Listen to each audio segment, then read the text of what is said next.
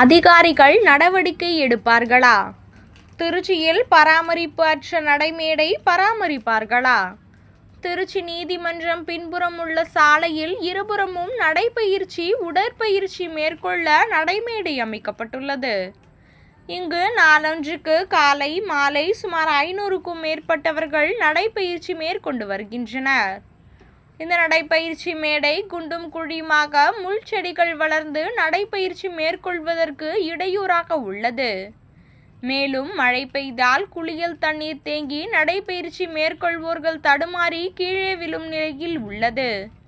எனவே சம்பந்தப்பட்ட அரசு அதிகாரிகள் உரிய நடவடிக்கை எடுத்து நடைமேடை சரி செய்து கொடுக்க வேண்டும் என நடைபயிற்சி மேற்கொள்வார்கள் தெரிவிக்கின்றனர்.